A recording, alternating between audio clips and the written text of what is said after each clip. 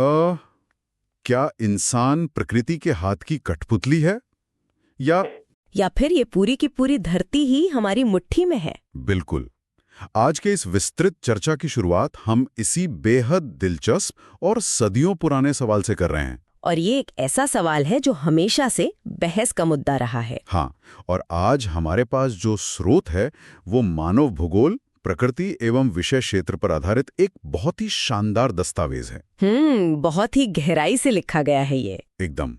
और आज का हमारा मिशन ये समझना है कि इंसान और हमारे इस भौतिक पर्यावरण के बीच का जो रिश्ता है वो आखिर विकसित कैसे हुआ। यानी हम आदि मानव से आधुनिक इंसान कैसे बने। सही कहा। कैसे हम इंसानों ने जंगलों में प्रकृति की प्रचंडता से डर कर उसकी पूजा करने से लेकर अपनी तकनीक के दम पर उसे अपने हिसाब से ढालने तक का सफर तय किया। एक बहुत ही लंबा और अविश्वसनीय सफर। और ये सफर आसान नहीं रहा है। चलिए इसे थोड़ा आसान भाषा में समझते हैं, क्योंकि ये विषय सिर्फ पहाड़ों, नदियों या बोरिंग नक्शों के बारे में नहीं है। नहीं, बिल्कुल नहीं। ये सीधे तौर पर हमारे वजूद की कहानी है। अगर हम इसे बड़े नजरिए से जोड़कर देखें तो भूगोल सिर्फ नक्शों पर लकीरें खींचने का विज्ञान तो बिल्कुल भी नहीं है। हाँ। ये इंसानी समाज और हमारी इस धरती के आपसी रिश्तों का एक जीता जागता धड़कता हुआ अध्ययन है। स्रोत बहुत ही स्पष्ट रूप से बताता है कि इस दुनिया के दो प्रमुख घटक हैं, प्रकृति और इंसान। बिल्कुल। एक है प्रकृति यानी हमारा भौतिक पर्यावरण, और दूसरा है जीवन, जिसमें हम इंसान सबसे अहम हैं। भौतिक भूगोल और मानव भूगोल दोनों अलग अलग बातें करते हैं। हाँ, भौतिक भूगोल तो सिर्फ पर्यावरण, मौसम और जमीन की बात करता है, लेकिन मानव भूगोल ये देखता है कि इस भौतिक जगत और इंसानी जगत के बीच आखिर क्या रिश्ता है। ये इस बात की गहरी पड़ताल करता है कि हमारी इंसानी गतिविधियां दुनिया के अलग अलग हिस्सों में किस तरह के सामाजिक और आर्थिक बदलाव ला रही हैं। और इस रिश्ते की गहराई को समझने के लिए हमारे स्रोत में कुछ बहुत ही मजेदार रूपक यानी मेटाफर्स दिए गए हैं। हाँ, वो मेटाफर्स बहुत ही सटीक हैं, है ना? ये साबित करते हैं कि हम चाहकर भी प्रकृति और इंसान को अलग कर ही नहीं सकते। हम अपनी आम बोलचाल में भी तो इनका कितना इस्तेमाल करते हैं। जैसे जब कोई बड़ा तूफान आता है तो हम कहते हैं तूफान की आंख। हाँ, आई ऑफ द स्टॉर्म। या फिर नदी का मुख, जलनमरू मध्य की ग्रीवा यानी गर्दन। और जब हम शहरों के बुनियादी ढांचों की बात करते हैं तो सड़कों और रेलमार्गों के जाल को परिसंचरण की धमनियां या आर्टरीज कहते हैं। बिल्कुल। तो ये सब क्या है? ये इंसान के शरीर की रचना को प्रकृति के साथ जोड़कर देखने का ही तो एक तरीका है। एकदम सही। हम प्रकृति का वर्णन बिल्कुल वैसे करते हैं जैसे वो कोई जीवित इंसान हो, जिसकी आंखें हो, जिसका मुंह हो। हम उसे अपने से अलग मान ही नहीं पाते। और मैं बता दूं कि ये कोई महज संयोग नहीं है। जब अलग अलग विचारकों और विद्वानों ने मानव भूगोल को समझने और समझाने की कोशिश की तो उन्होंने भी इसी जुड़ाव को अपने अध्ययन के केंद्र में रखा। लेकिन सारे विद्वान एक ही बात तो नहीं मानते होंगे। बिल्कुल नहीं। ये सोचना कि भूगोलवेत्ता हमेशा से एक ही बात मानते आए हैं गलत होगा। विचारों का भी अपना एक क्रमिक विकास हुआ है। जैसे हर विज्ञान में होता है। हाँ, शुरुआती दौर में जर्मन विचारक रैटसेल ने एक बहुत ही बुनियादी बात कही। उनका कहना था कि मानव भूगोल मानव समाजों और धरातल के बीच संबंधों का एक संश्लिष्ट यानी सिंथेसाइज्ड। एकदम सही। आसान शब्दों में कहूं तो रैटसेल का मानना था कि इंसान और जमीन को इस तरह से मिलाकर देखना चाहिए कि उन्हें अलग न किया जा सके। जैसे चीनी और पानी का घोल। हाँ बिल्कुल। चीनी को पानी में घोलने के बाद आप उन्हें अलग नहीं कर सकते। लेकिन इसके बाद विचार और आगे बढ़े। एलन सी सैंपल नाम की विचारक ने इस रिश्ते को एक बिल्कुल ही नए और गतिशील रूप में देखा। उन्होंने क्या कहा? सैंपल ने कहा कि देखो, हमारी पृथ्वी कोई रुकी हुई चीज नहीं है, ये अस्थिर है, हमेशा बदल रही है। डायनामिक है। हाँ, और इंसान भी हमेशा क्रियाशील रहता है, कुछ न कुछ करता रहता है। यानी दोनों ही लगातार बदल रहे हैं और आगे बढ़ रहे हैं। हाँ, इसीलिए सैंपल के अनुसार मानव भूगोल इस अस्थिर पृथ्वी और क्रियाशील मानव के बीच बदलते रिश्तों का अध्ययन है। यहाँ सारा जोर इस बदलाव या गत्यात्मकता पर है। फिर तो इसके बाद और भी विचारक आए होंगे। बिल्कुल। Paul Vidal de la Blache जैसे फ्रांसीसी विचारक आए जिन्होंने इस सोच को और भी गहरा कर दिया। उन्होंने कहा कि पृथ्वी को कुछ भौतिक नियम चलाते हैं और इस पर रहने वाले जीव उन नियमों के साथ कैसे तालमेल बिठाते हैं, यही मानव भूगोल का असली ज्ञान है। तो अगर हम इन सभी विद्वानों की बड़ी बड़ी परिभाषाओं का निचोड़ निकालें तो बात वहीं आकर ठहरती है कि प्रकृति और इंसान दोनों ही अविभाज्य तत्व हैं। एकदम सही। आप इन दोनों को अलग अलग खानों में रखकर नहीं पढ़ सकते। अक्सर एकेडमिक दुनिया में लोग बहस करते हैं कि इंसान हावी है या प्रकृति हावी है, जिसे वे द्वैतवाद या डुअलिज्म कहते हैं। हाँ, लेकिन असल जिंदगी में इस तरह की दो अलग अलग हिस्सों वाली बहस टिक ही नहीं सकती। बिल्कुल नहीं टिक सकती, क्योंकि दोनों आपस में इतनी जटिलता से गुंथे हुए हैं कि उन्हें अलग करना मतलब लगभग असंभव है। तो चलिए इसी अटूट रिश्ते के दो बिल्कुल अलग अलग छोरों को, यानी दो चरम सीमाओं को समझने की कोशिश करते हैं। हमारे स्रोत में दो बहुत ही शानदार कहानियां दी गई हैं। पहली कहानी हमें मध्य भारत के अबूझमाड़ के घने जंगलों में ले जाती है। हाँ, बेंदा की कहानी। सही कहा। ये कहानी है बेंदा नाम के एक व्यक्ति की। बेंदा की जिंदगी प्रकृति के साथ पूरी तरह से गुंथी हुई है। बिल्कुल। वो एक छोटी सी लंगोटी पहनकर और हाथ में कुलाड़ी लेकर जंगल में निकलता है। उसका कबीला आज भी आदिम तरीके से खेती करता है, जिसे स्थानांतरी कृषि या शिफ्टिंग कल्टीवेशन कहते हैं। हाँ, ये खेती का वही तरीका है ना, जहाँ वे जंगल के एक छोटे से हिस्से की वनस्पतियों को जलाकर राख बनाते हैं। हाँ, और उसी राख से मिट्टी को उपजाऊ बनाकर खेती करते हैं। फिर जब उस जमीन की उर्वरता खत्म हो जाती है तो वे किसी दूसरी जगह चले जाते हैं। और बेंदा का जंगल के साथ जो भावनात्मक जुड़ाव है वो सच में अद्भुत है। वो जंगल में खिले हुए महुआ, पलाश और साल के पेड़ों को देखकर अंदर तक खुश होता है, जैसे वो उसके अपने परिवार के सदस्य हों। बिल्कुल। जब उसे प्यास लगती है और वो नदी से पानी पीने के लिए झुकता है तो पानी पीने से पहले वो जंगल की आत्मा, जिसे वे लोग लुई लुगी कहते हैं, उसे धन्यवाद देना नहीं भूलता। ये उसका प्रकृति के प्रति सम्मान है। हाँ, और एक और बड़ी बात, जैसे ही उसे बाहर के किसी इंसान की आहट मिलती है, वो और उसके दोस्त घने पेड़ों के पीछे ऐसे गायब हो जाते हैं जैसे वे जंगल का ही हिस्सा हों। बेंदा की ये कहानी सुनकर ऐसा लगता है ना जैसे समय रुक गया हो। भूगोल की भाषा में इस पूरी स्थिति को विद्वानों ने एक नाम दिया है, पर्यावरणीय निश्चयवाद। Environmental determinism. हाँ, इसे हम मानव का प्रकृतिकरण भी कह सकते हैं। ये इंसान के इतिहास का वो शुरुआती दौर है जहाँ तकनीक का स्तर बेहद नीचा था। इंसान का सामाजिक और बौद्धिक विकास भी अपने एकदम शुरुआती चरण में था, जहां इंसान के पास न तो पक्के घर थे न मौसम से बचने के कोई खास उपाय। बिल्कुल।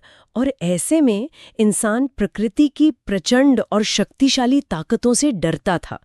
वो प्रकृति की सुनता था, उसके प्रकोप से, जैसे बाढ़, सूखा या तूफान, उससे भयभीत होता था और इसीलिए उसकी पूजा करता था। हाँ, ऐसे समाजों के लिए ये भौतिक पर्यावरण महज कोई रहने की जगह नहीं है, बल्कि वो माता प्रकृति है जो जीवन देती है, पालन पोषण करती है और नाराज होने पर सब कुछ छीन भी सकती है। एकदम। इंसान पूरी तरह से प्रकृति के आदेशों के अनुसार खुद को ढाल लेता है। वो एक तरह से प्रकृति का दास बन जाता है। यहाँ सबसे दिलचस्प बात यह है कि इसी दस्तावेज में एक और कहानी दी गई है जो बेंदा की जिंदगी के बिल्कुल उलट है। हाँ, कैरी की कहानी। बिल्कुल। अगर बेंदा प्रकृति का दास है तो दूसरी कहानी नॉर्वे के ट्रॉन्डाइम शहर में रहने वाली कैरी की है। अब जरा ट्रॉन्डाइम के मौसम की कल्पना कीजिए। बहुत ही जमा देने वाली ठंड होती है वहाँ। हाँ, एक ऐसा शहर जहाँ सर्दियों का मतलब है जमा देने वाली तेज हवाएं, भारी बर्फबारी और महीनों तक ऐसा आसमान जहाँ सूरज की रोशनी तक नहीं पहुँचती। लेकिन इस भयंकर सर्दी के बावजूद कैरी की जिंदगी में इसका कोई असर नहीं है। वो कैसे? क्योंकि वो सुबह 8 बजे अंधेरे में अपनी कार से दफ्तर जाती है। उसका दफ्तर कृत्रिम रूप से गर्म रहता है, यानी हीटिंग सिस्टम लगा है। हाँ, जिसका तापमान हमेशा एक आरामदायक 23 डिग्री सेल्सियस पर सेट होता है। वह जिस विश्वविद्यालय में काम करती है वह कांच के एक विशाल गुंबद के नीचे बना है। अच्छा, तो वो गुंबद सर्दी और बर्फ को बाहर ही रोक देता है। कहते हैं बाहर भयानक बर्फ गिर रही है, लेकिन वो मजे से कीवी और केले जैसे उष्णकटिबंधीय फल खा रही है, जो दुनिया के दूसरे गर्म हिस्सों से हवाई जहाज के जरिए वहां रातों रात पहुंचाए जाते हैं। हाँ, और पता है वो 58 साल की है, लेकिन दुनिया के ज्यादातर 30 साल के युवाओं से ज्यादा स्वस्थ और जवान दिखती है। मुझे तो लगता है नॉर्वे के उस गुंबद में कोई खास स्किन केयर रूटीन चल रहा है। शायद। खैर, मजाक से हटकर वो सुबह आसानी से लंदन की उड़ान भरती है और शाम को अपना पसंदीदा टीवी शो देखने वापस घर भी आ जाती है। तो कैरी की ये जीवन शैली बेंदा से बिल्कुल अलग है और इसे भूगोल में संभाववाद कहा जाता है। पॉसिबिलिज्म। हाँ, इसे हम प्रकृति का मानवीकरण कह सकते हैं। इसका मतलब है कि जैसे जैसे समय बीता, इंसान ने प्रकृति के बलों और उसके काम करने के नियमों को बारीकी से समझा और उस समझ के आधार पर अपने सामाजिक और सांस्कृतिक विकास के साथ एक बहुत ही सक्षम तकनीक का निर्माण किया। संभववाद यही सिखाता है कि इंसान सिर्फ प्रकृति की दया पर निर्भर नहीं है, उसके पास संभावनाएं हैं। लेकिन एक मिनट, क्या ये इंसानी अहंकार नहीं है? मतलब हमने बस एक हीटर लगा लिया और एक कांच का गुंबद खड़ा कर लिया, तो हम सोचने लगे हैं कि हमने प्रकृति पर विजय पा ली है। क्या सर्दियों में बाहर बर्फबारी करना बंद कर दिया है? ये एक बहुत ही जायज सवाल है और इसीलिए संभववाद ये नहीं कहता कि इंसान ने प्रकृति को हरा दिया है, बल्कि ये कहता है कि इंसान ने अभाव की अवस्था से आज़ादी की अवस्था की ओर कदम बढ़ाया है। अच्छा। और ये आज़ादी या ये तकनीक हवा में से जादू से नहीं आई है। ये प्रकृति के नियमों को गहराई से समझने के बाद ही आई है। ये अहंकार नहीं, बल्कि प्रकृति की समझ का नतीजा है। हाँ, स्रोत में इसके कुछ बहुत ही सटीक उदाहरण दिए गए हैं जो आपकी इस बात को साबित करते हैं। जैसे जब इंसान ने घर्षण और ऊष्मा के बुनियादी नियमों को समझा, तभी वह आग की खोज कर पाया। बिल्कुल। आग इंसान ने नहीं बनाई, उसने बस प्रकृति के उस नियम को डीकोड किया। जब हमने डीएनए और आनुवांशिकी के रहस्यों को खोला, तभी हम इतनी सारी भयंकर बीमारियों पर विजय पा सके, जिनसे शुरुआती इंसान की जान चली जाती थी। हाँ, और जब हमने वायु गति या एरोडायनामिक्स के नियमों को समझा, तभी हम आज के इतने तेज रफ्तार वाले हवाई जहाज बना पाए, जिससे कैरी सुबह नॉर्वे से लंदन जाकर शाम को वापस आ पाती है। एकदम सटीक बात कही आपने। प्रकृति ज्ञान देती है, वो हमें अवसर प्रदान करती है, और फिर इंसान अपनी तकनीक का इस्तेमाल करके उन अवसरों को अपनी संभावनाओं में बदल देता है। इंसान अपने प्रयासों से प्रकृति पर अपनी छाप छोड़ने लगता है, चाहे वो पहाड़ों पर बने स्वास्थ्य विश्राम स्थल हों, महासागरों में समुद्री मार्ग हों, या फिर अंतरिक्ष में भेजे गए उपग्रह। हाँ, यही वो प्रक्रिया है जिससे धीरे धीरे प्रकृति का मानवीकरण हो जाता है। तो अब हमारे सामने दो बिल्कुल स्पष्ट तस्वीरें हैं। एक तरफ बेंदा है जो पूरी तरह प्रकृति के अधीन है, और दूसरी तरफ कैरी है जिसने तकनीक से प्रकृति के नियमों को अपने फायदे के लिए मोड़ दिया है।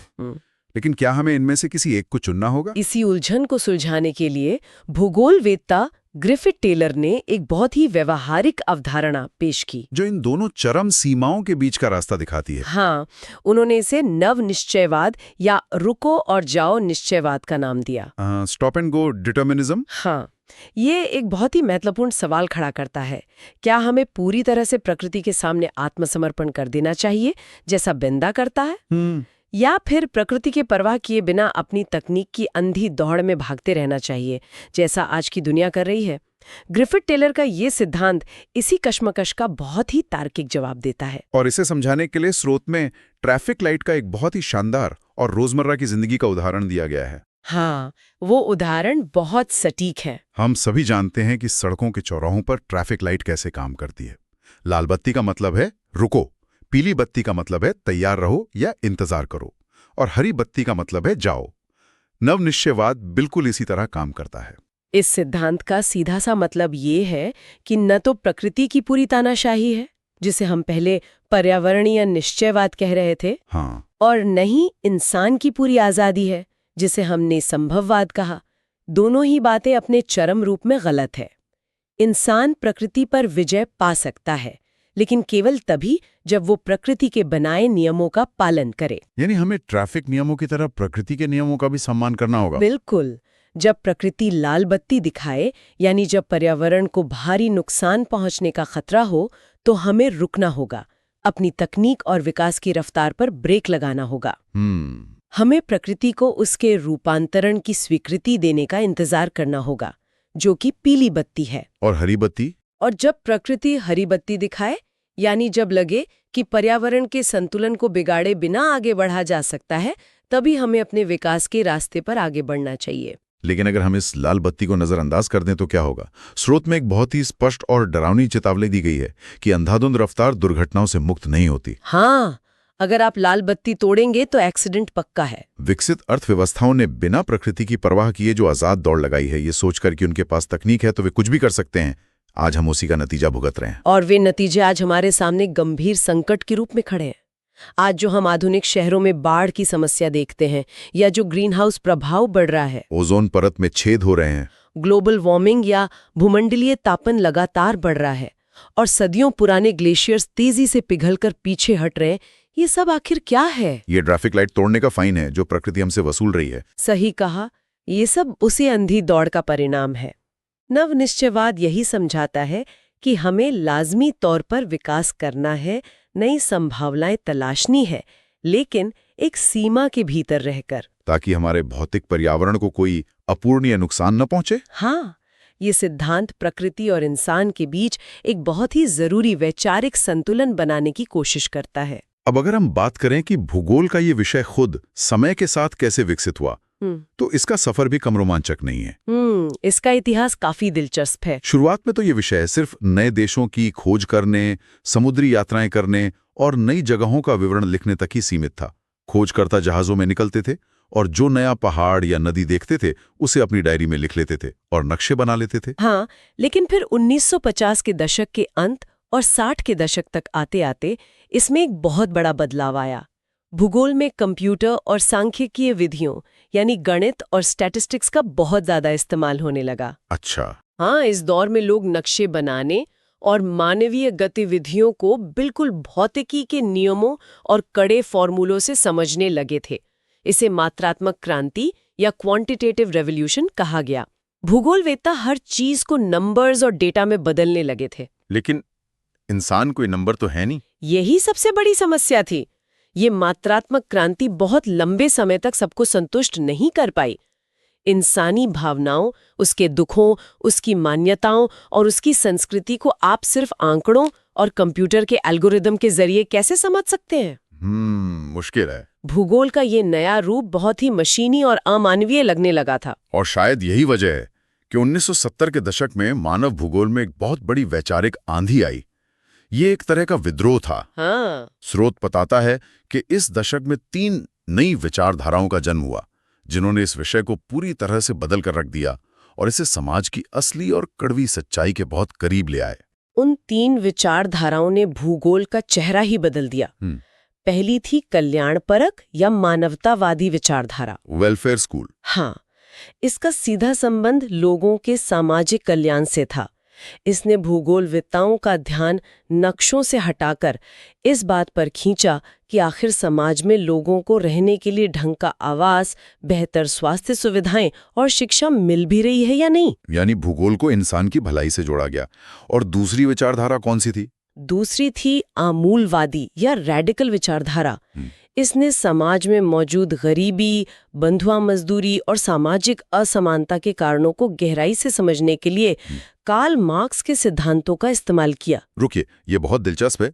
यानी भूगोलवेत्ता अब सिर्फ जमीन और नदियों की पढ़ाई छोड़कर कार्ल मार्क्स को पढ़ रहे थे ताकि वे गरीबी को समझ सकें? बिल्कुल, क्योंकि उनका मानना था कि आज की जो सामाजिक समस्याएं और असमानताएं हैं, जहां एक तरफ अमीर लोग गुंबदों में उष्णकटिबंधीय फल खा रहे हैं और दूसरी तरफ लोग जंगलों में संघर्ष कर रहे हैं, वे सब पूंजीवाद के विकास की ही देन है। जमीन और संसाधनों पर किसका कब्जा है, ये भूगोल का एक बहुत बड़ा सवाल बन गया था। और फिर तीसरी विचारधारा भी थी, व्यवहारवादी विचारधारा। हाँ, बिहेवियरल स्कूल। इस विचारधारा ने गणित और आंकड़ों की दुनिया से पूरी तरह बाहर निकलकर इंसान के प्रत्यक्ष अनुभव, उसके धर्म, उसकी प्रजाति और उसकी जातीयता पर जोर दिया। अच्छा। इसने ये माना कि इंसान अपने पर्यावरण को किस नजरिए से देखता है, ये उसकी सांस्कृतिक और सामाजिक पृष्ठभूमि पर निर्भर करता है। एक ही जंगल एक उद्योगपति के लिए लकड़ी का भंडार हो सकता है, जबकि बेंदा के लिए वो माता प्रकृति है। तो इन सब का असल मतलब क्या है? सुनने में ये सब बहुत अकादमिक लग सकता है, कल्याणपरक, रेडिकल, व्यवहारवादी। लेकिन अगर हम इसे ध्यान से देखें तो ये जानकारी सिर्फ किताबों के पन्नों तक सीमित नहीं है। बिल्कुल नहीं। मानव भूगोल की पहुंच बहुत ही व्यापक है। ये हमारी हर दिन की जिंदगी से जुड़ा है। जब हम अर्थशास्त्र को भौगोलिक नजरिए से पढ़ते हैं तो वो आर्थिक भूगोल बन जाता है। जब हम ये देखते हैं कि कोई महामारी दुनिया में कैसे और किन रास्तों से फैल रही है, तो वो चिकित्सा भूगोल है। Medical geography. हाँ। यहाँ तक कि राजनीति और चुनावों का विश्लेषण भी निर्वाचन भूगोल के बिना अधूरा है। कहाँ कौन सी पार्टी जीतेगी, ये बहुत हद तक वहाँ की भौगोलिक और सामाजिक स्थितियों पर निर्भर करता है। एकदम सही। घर बनाने की योजना से लेकर अंतर्राष्ट्रीय व्यापार तक हमारी रोजमर्रा की जिंदगी का हर एक हिस्सा किसी न किसी तरह भौगोलिक निर्णयों और मानव भूगोल के इन उपक्षेत्रों से ही तय होता है। इस पूरी चर्चा को अगर हम संक्षेप में समेटें तो आज हमने देखा कि इंसान का सफर कितनी अलग-अलग मंजिलों से होकर गुजरा है। शुरुआती दौर में इंसान पूरी तरह प्रकृति के रहमो करम पर निर्भर था, उससे डरता था और उसके हर आदेश का पालन करता था। हाँ, फिर उसने अपनी बुद्धि, विज्ञान और तकनीक का निर्माण किया और प्रकृति के बंधनों को तोड़कर उस पर हावी होने की कोशिश की, जो कि संभववाद था। हाँ, लेकिन आखिरकार जो सबसे बड़ी और असली समझदारी है वो नव-निश्चयवाद के संतुलन में ही है। हमें ये समझना ही होगा कि हम प्रकृति से लड़कर या उसे हराकर नहीं, बल्कि उसके नियमों के साथ तालमेल बिठाकर ही सुरक्षित रह सकते हैं। रुको, समझो और फिर आगे बढ़ो। यही इंसानियत के भविष्य का एकमात्र टिकाऊ और सुरक्षित रास्ता है। जरा इस बात पे गौर किया जाए। आज की इस विस्तृत चर्चा से हमने ये तो जान लिया कि तकनीक ने इंसान को किस तरह प्रकृति के उन पुराने और कड़े बंधनों से आजाद किया है। लेकिन अब जो सोचने वाली बात है वो ये है कि जब हम भविष्य में अपने चारों ओर की प्रकृति को पूरी तरह से कृत्रिम बना देंगे, बिल्कुल वैसे ही जैसे ट्रोनाइडाइम शहर की कैरी का वो कांच का विशाल गुंबद था जहां हर चीज एक मशीन और कंप्यूटर से नियंत्रित होती थी, तो क्या होगा? तो क्या वो बेहद उन्नत तकनीक ही भविष्य में हमारे लिए एक नई प्रकृति का रूप नहीं ले लेगी? और सबसे बड़ा सवाल ये है कि क्या आने वाले कल का इंसान उस तकनीकी प्रकृति का उसी तरह गुलाम नहीं हो जाएगा, ठीक वैसे ही जैसे वो शुरुआती इंसान घने जंगलों का हुआ करता था? ये तो सच में सोचने वाली बात है। ये एक ऐसा सवाल है जो हमें विकास की इस अंधी दौड़ के बीच रुककर सोचने पर मजबूर करता है। आज की इस विस्तृत चर्चा में बस इतना ही। सुनने वालों के लिए इस विचार के साथ हम आज विदा लेते हैं। मिलते हैं अगली बार एक और नए और रोमांचक विषय की गहरी पड़ताल के साथ।